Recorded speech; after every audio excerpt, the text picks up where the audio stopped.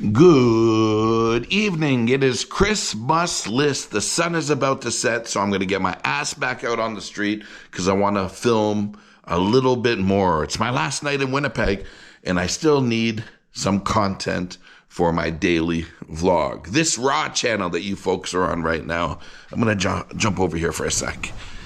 Hey, welcome to my bed. Let me first introduce myself for those that are new to my channel. My name is Chris, and this Raw channel is my second channel. So my real and main channel is Chris Must List, nearing in on 600,000 subscribers that I'm grateful for. It's taken me 4 long years and a lot of travels around the world. This Raw channel is like a less thought out daily vlog. And I said daily vlog. Today is like day 12. I've uploaded 11 videos in 12 days, and I'm going to continue that pattern daily. And I just want to stop and say thank you. Over the last 2 days, 3,252 people hit subscribe on this button. So let me take a moment to say applause, thank you. And for anybody else hesitant or waiting for the perfect opportunity to hit subscribe, right now, today is the day. My birthday's in 2 days. Do me a favor, send me a little birthday gift by hitting that subscribe button now. Randall, my good friend, my indigenous friend here from Winnipeg, said, Chris, come out one more time. I got a little gift for you. And he wanted to introduce me to a few old friends. So even though it's getting dark, I'm going to bundle up, hit the streets, and film my final video for this Raw channel in Winnipeg. So it's time to go. Let's go. Where the heart is, and my heart is in the streets. So his heart's in the streets. Say hello. Introduce yourself again. Hello, it's Randall. Randall Travers. He's always calm. His voice is always monotone. Yeah. No stress. Do you get excited at all? Yeah, I'm very excited. Yeah, no. Do you show excitement? Yeah. Like if you open a birthday gift, do you get excited? Like we were just with Harold, right? Yeah. Yeah, I was excited to see him. Okay. So that's why I said let's take a picture, you know what I mean? Yeah. So what is this? Where is this? This is Higgins in Maine. No, but this building here. Oh, this is Thunderbird House. Okay. Yeah, Thunderbird And what is a Thunderbird House? It used to be a cultural place where you come powwow and sing, do ceremonies. Yeah, but I don't think they got funding. Right. So Well, I see people are stealing the roof. There's a value to the roof. Yeah, no, they're supposed to get it repaired. So it's getting dark, it's getting cold. I've walked a lot today, many different neighborhoods.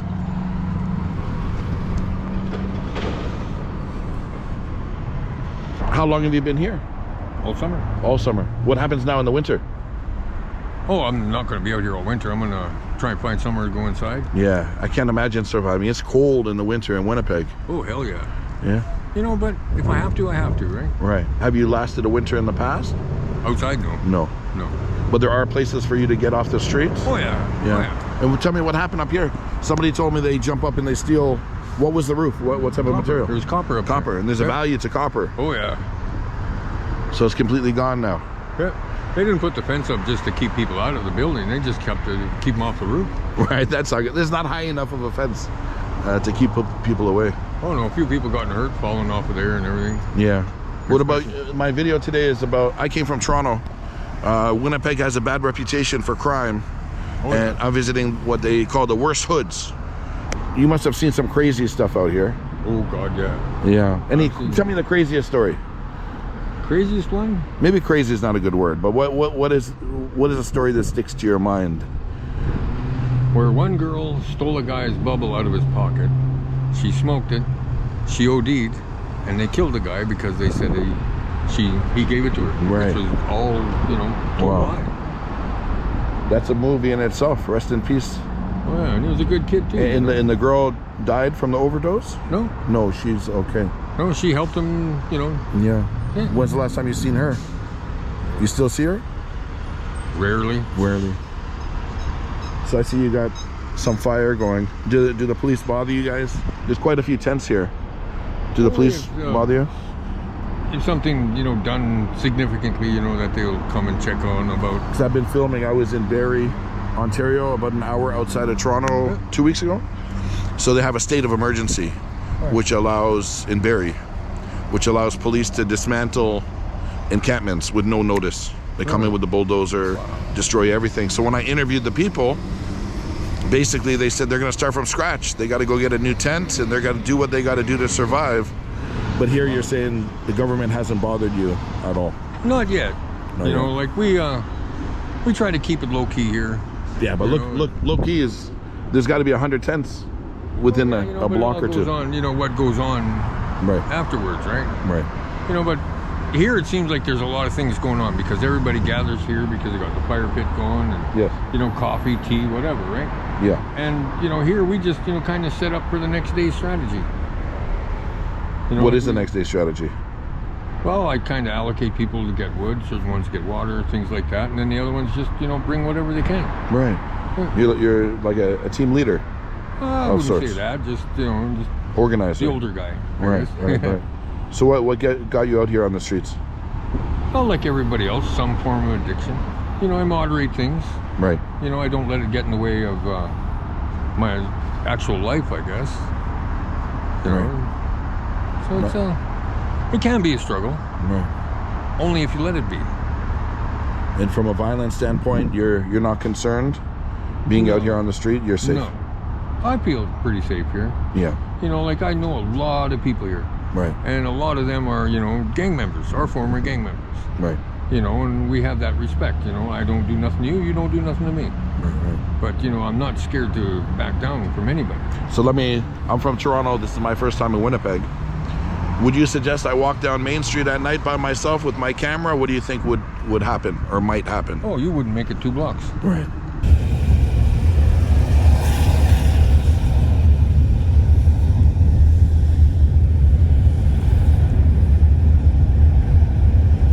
So give me a quick 3 rules for those that are coming through your neighborhood for the first time. What's rule number 1? Don't come. No. Just keep your mouth shut. Number 1. Number 2, look away. And number 3, forget about it. Yeah. Well, I appreciate your time very much and your knowledge. I don't want to keep you outside. It's freezing. No. I'm good. We're here. Yeah. All right. Yeah. So, now for me, it's I'm putting together this video and I'm traveling all of Canada to show the rest of Canada what's happening in Canada.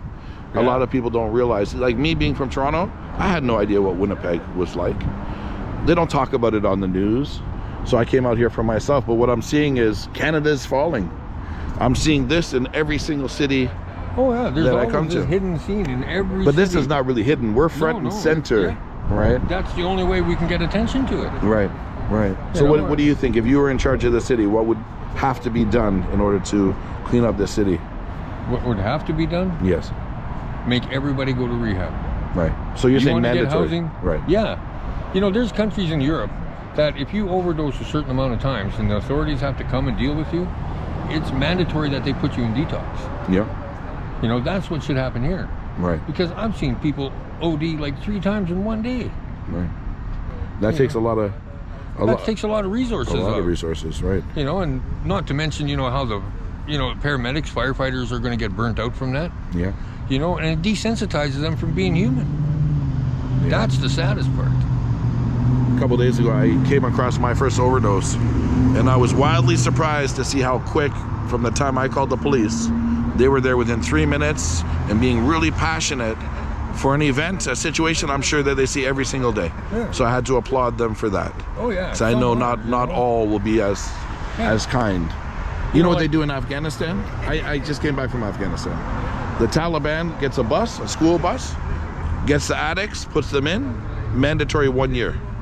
Wow. Doesn't matter you have a family, you have a job, you're off the street, 1 year.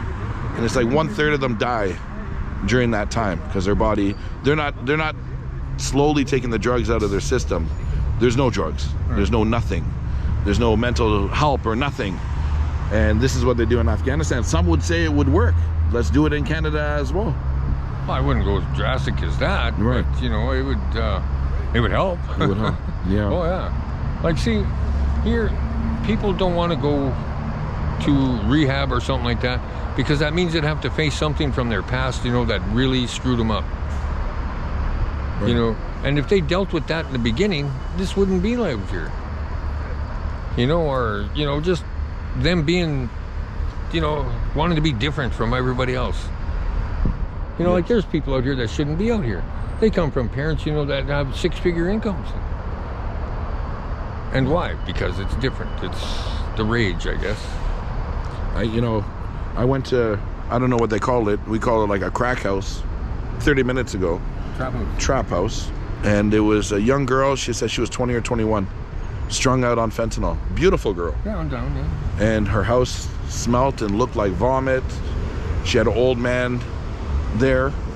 And for me, it hit me hard because I'm a father of a daughter, and I'm like, man, it's different. When I see a man here, I know it's difficult for me to see, but I feel like you're safe here. When I see a 20-year-old little slender girl that's just starting her life, it hit me a lot harder. I couldn't put the camera on. She's like, give me $5, You know what's the worst I thing couldn't do about it. down? Is that a lot of these sexual predators are using that. Right. You know, They they take get advantage. high, they pass out, and then boom, they have their way with it. Yeah. That is the sickening part about down. There are women that live in these tents here. They rely on men to Some do, some don't. safety, like their safety. Some don't, no. Yeah. You know, but the ones that don't like that, you know, then, you know, we kind of know who they are and we keep an eye on them. You must. 'Cause You I know, can't like- imagine being a young woman. Just because we're out here and, you know, and down like this, you know, doesn't mean we're not human. Right. You know, like we still care about everybody else and, you know, make sure. Like here, we'll go around, make sure everybody eats, things like that. They have enough blankets at night and their tents are fixed up all right. You know, because it's like helping your neighbor. If he has a broken window, you go over and help him cover it up or whatever, right? It's You no should, at different. least. Not everyone will, but yeah, you should. Yeah. You know, and it's no different than anything else like that. Right. Like, big deal, we're out here in a tent. Like, when they told us we can set up tents, like, look at this. They didn't say how big. Right. I got 3 other tents in there. Yeah. This is just for you? Just one person? No. Or you have people that stay I'm with right you? here. Yes. Me and my girlfriend. Yes. There's another tent in the middle. Yes. And one at the end. Okay. You know, and we all pitch in, help each other, and, you know, Yeah. it's like having roommates in one big house. Yeah. You know, and it's definitely getting a little chilly now, but... Man, look at me. I wasn't smart wearing my shorts out in Winnipeg during the end of summer. I spent a lot of years in Toronto, so Yes. they don't have to worry about rent, food, whatever. Right. You know, because it's basically brought to you here. Right. You know, but if there's that responsibility to them, Yes. you know, then... Things might change. Oh, big time. Yeah. Big time. But responsibility scares a hell of a lot of people too. Right. You know, because they can't handle it. They're too used to being things done with. Right. You know, like I know people that have gotten places from being on the street like this. They're sitting in their living room, they'll have a cigarette, and they'll put it out on the floor. Right. Because they're too used to being out here. Yeah. Yeah. Or they let their place go to hell and just build up garbage. I've seen it. whatever. I've seen it, yeah. See? You know, there's no more appreciation for the little things. Right. You know, they're always worried about that next hit, that next hit, that next hit. It's taken over their whole life.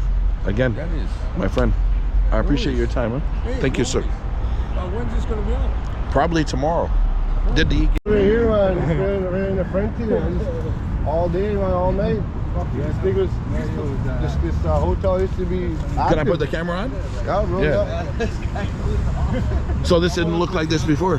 No, like before this wasn't all like this, right? No encampments. It actually looked nice, right? Like this building looked nice. Right. Yeah, they said they're stealing the roof. Yeah, so There's like, a value to the copper.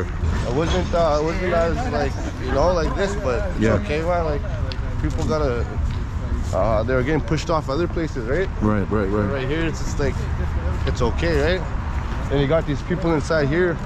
I kind of look out for these guys. Oh, I didn't even know you can go inside. The door's open, so Yeah. I don't know if she's not here right now, but this is where we had our sacred fire for one of my brothers that passed away. Yes. So Oh, we I'm come sorry. out Rest in sacred peace. Fire, right? So we come a sacred fire here, and Yeah. I remember when I got out of Stony Mountain, I was on parole here too. What's Stony Mountain? Penitentiary? Yeah, Stony Mountain Penitentiary, and then I had to come and live here, right? Because I had nowhere to go, right? So when you say here, these are apartments up here? Yeah, this is all Salvation like Army? Yeah, this is Okay. the top floor you get your own suite, right? You probably gotta put a little bit of money down, like $21 or I don't know how it is now, but I remember it was $11. A night? $11, yeah. Like I got $11, right? Yeah. I get my own suite, right? and there's dorms in there, and there's soup kitchens in there and stuff, right? So It's only for night, right? During the not day. only for night, but you gotta be there on time. I don't know how it is now, but you have to go there, like be there at a certain time to put your name on. Boom, boom, here, 11. But what do they expect you to do during the day? They just kick you out, Kick you out, man. roam the streets. On the streets, doors open at night. You come and chill there, and you just crash out, and they kick you out again. So I can see you're clean right now. You changed your life. No, man, I changed, bro. You're no longer Like, living at the shelter. No, man, I just graduated university. Amazing, man. Addictions Congratulations. and mental health worker. Yeah. Got 2 jobs. I just bought. Why did you choose that route? Man, because I was, this used to be me, right? I used to live along the river. There's a cabins along the river too, right? Yeah. All down by Cinnabon River, Red River.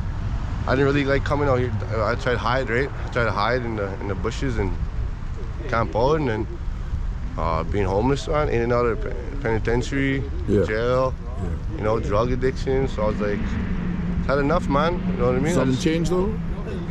Did one thing happen to you to make you change your direction in life? Man, like, I guess the consequences that I got from the choices that I chose, right? You made it, right. Right? You know, it's like, you know, being hungry, cold, you know, going in and out of jail. Winnipeg is not easy. It is freezing cold Man, outside. nighttime too, it's pretty like, I don't know how I'd be out here, man. Like, Yeah. when we did the Sacred Fire one night, I chilled and I just sat and I just reflected. And I was like, this used to be me, man. And I was like, oh, this is fucking wild. You know, people fighting, Yeah. people stealing off each other, you know. And worse. Worse, man. People dying, ODing, you know. Everybody's always like, I know, it's another drug epidemic here too, right? Man, you know the reason I came here is because the violence. I looked at every stat. It says Winnipeg is the most dangerous Yeah, you city Google in my Canada. you Google my name, I pop up. Yeah. You Google my name, Terrence Moore, and like, you know, I was on the top 10 most wanted. You know, For what? B&Es, a lot of B&Es. Yeah. But you serve your time now. Serve my You're time. done. You know, I'm free. Been sober 6 years. Got 2 jobs. Got my own place. Amazing. You know what I mean? I'm trying to read what your next says. I saw hope. Yeah, I hope, right? Have hope. It's an acronym. Hold on, pain ends. Yes. Right? And then to live, living to die, but I'm dying to live. So I got that when I was in Stony, right? Looking out the window, right? Like, oh, I'm dying to live. But if I keep making my actions, the choices that I'm making, I'm gonna die to live in here, right? Right. Live to die in here, right? Why do you think Winnipeg's so violent? Man, I don't know, man. I guess the drugs. A lot of folks grew up in broken homes, right? Youth, right? Man, I grew up in a broken home. You know, gang culture. All my brothers, cousins are gang members, drug dealers. So that was normalized for me, right? So just growing up like that, this is how it's supposed to be, right? Until I went inside, and then I met a couple homies that just said, go home, right? Like, man, they're doing life, they're gonna die in there. Yeah. So I kind of used that, right? Like, So you feel now that you owe something to the community? oh, Maybe yeah, that's try why to you're give it going- back, man. Try Yeah. to give back all the damage and stuff I caused, right. in the hood and here, you know, to myself, my kids, and my family. Yeah. I lost my mom to an overdose, so that's why I snapped out of it. Got educated. One thing someone told me is like, one thing society is scared of is for us to get sober. Right. Our people to get sober, our people to get educated, to come together to try to come take back our culture, Right. our ceremonies, our ways of life, man. Because this wasn't us. You know what I mean? You know, drugs are not meant for our people. Right.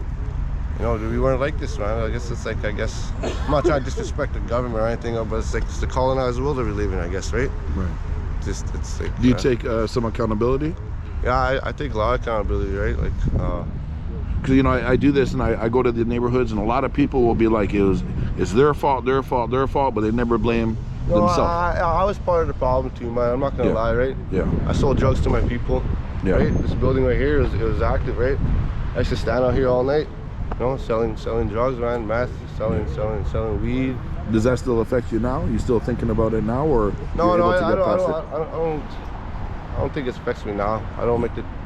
Wouldn't want to make those choices now. After what I learned in university, what I've learned from being inside, what I've learned from being out here, right? Now I care for my relatives out here. You know what I mean? I want the best for them. Like, right? Yeah. It wasn't like this before. I'm telling you, it was nice here. I just Green talked to grass. a man. I just interviewed them over there to see how they're living.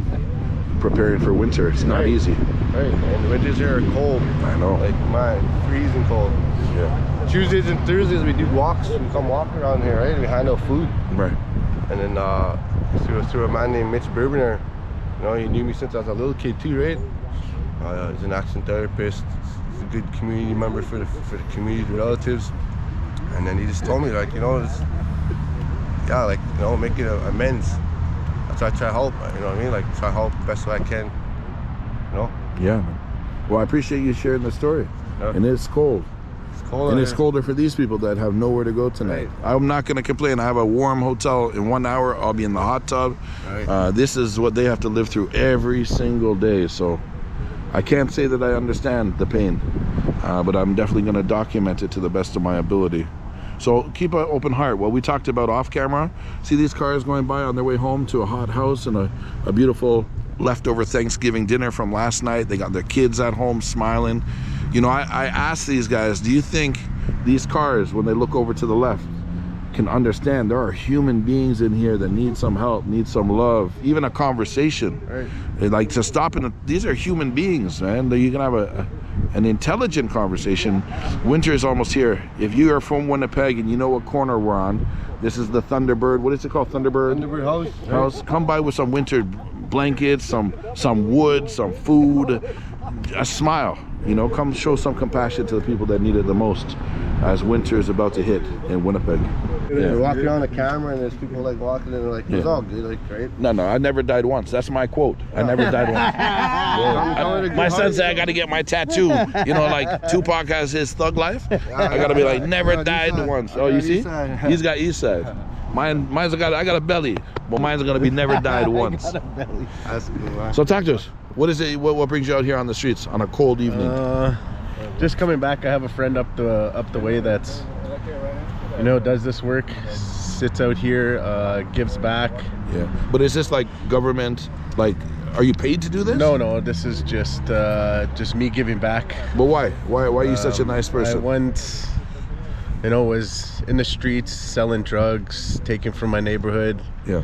You know, selling dope to my friends, family, neighborhood, you know, city, and so you personally feel like you got to give back? Yeah, and then just my living amends today is just giving back, doing what I can, you know, moving forward to not fall back into those same, you know, habits that I once had. So just being that person for the people, and yeah, it just makes me feel good, warms my heart, feeds my spirit, just to be able to give back. And there's a lot of people out here that don't have homes, that don't have, you know, houses to go to, you know, warm places, so they're holding up a teepee just up the way at 190 Disraeli, and I want to go and donate firewood just to help keep the people warm that are, you know, that are unsheltered, don't have homes to go to. Right. You know, so that's How much is a bag of firewood? Let me buy a bag. I think some places $14, some places whatever, 20. Put me in for a bag at least. Yeah. At least I could. I'm just gonna go and do that. Yeah. And then yeah, and then I work with like OPK. I do Whistling Wind. So today, you know, I go back into the jails. You know, I help teach the youth for the youth center. I go and help teach them traditional songs, just connect them with community culture, you know, restorative justice, just help bring them back and show them that there is a different way and there is a way out for us if we just, you know, plug into the right resources and just help one another build a community that's, you know, helping support this is one rough. another. Downtown here, the north side. Are we still in the north side? Yeah, right this now? is north. It is side, rough. yeah. I've only been here for 2 days. Yeah, I grew and up it is rough. just up the way. I think I seen you there earlier. Yeah. And it was on in the D. Yeah. I grew up there, just in that neighborhood. Yeah. The D. They have a thing called the Snake Wall there. That was a pretty, you know, Rough neighborhood. yeah, rough part of the neighborhood where, you know, back in, like when I was a kid, it was all like colors. You couldn't wear certain colors in certain neighborhoods. And See, I'm from Toronto. I never ever heard.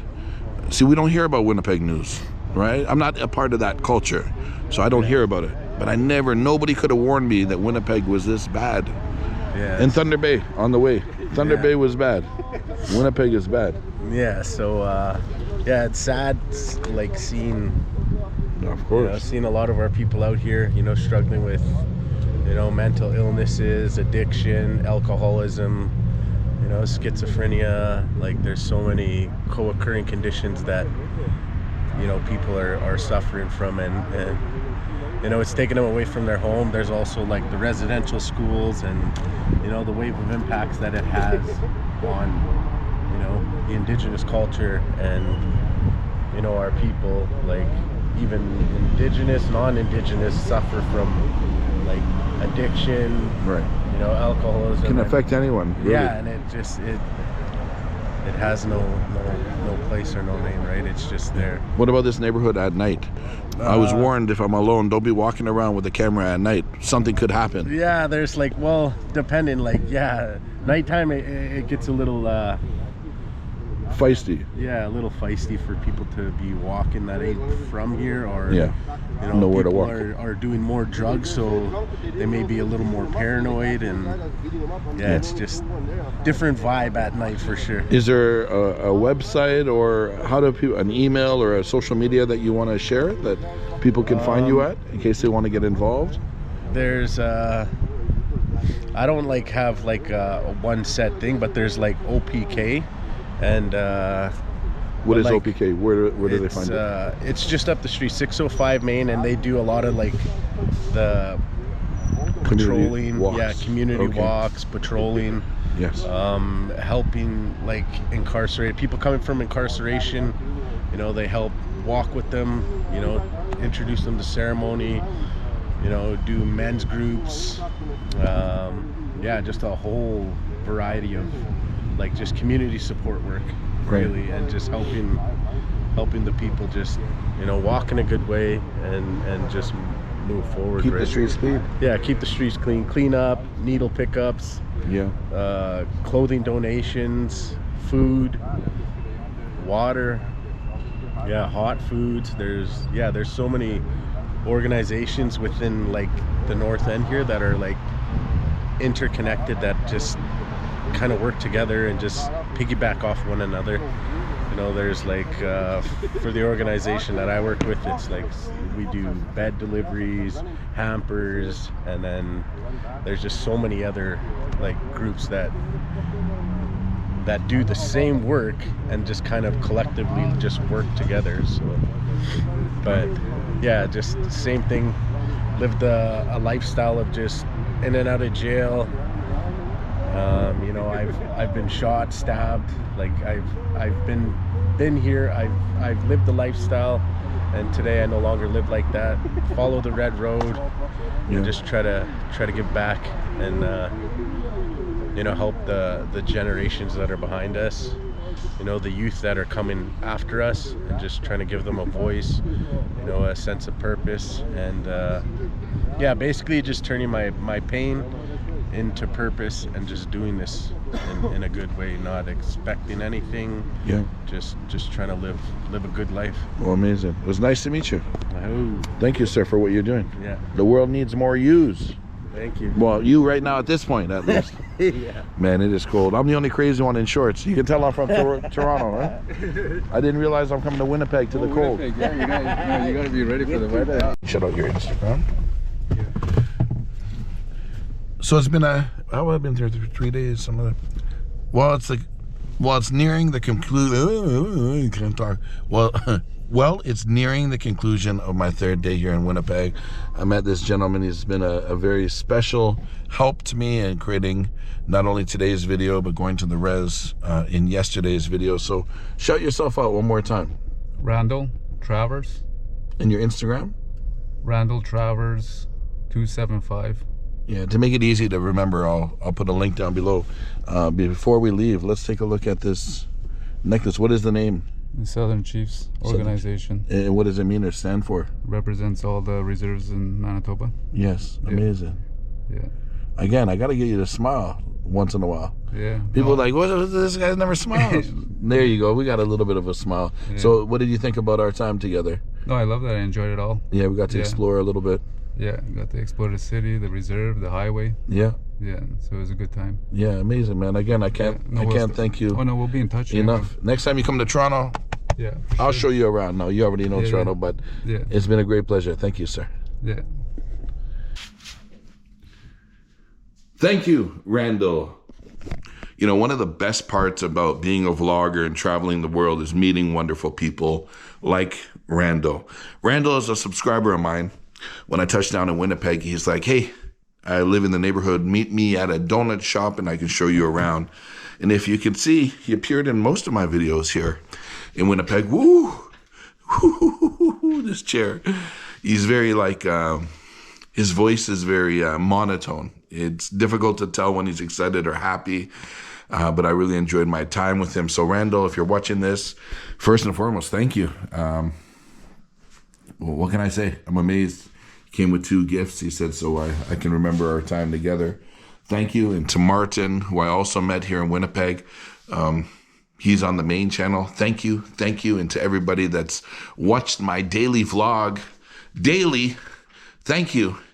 Tomorrow morning, we're going to wake up and start our drive towards Regina. I think it's like 8 or 9 hours from here on to Calgary and then Vancouver.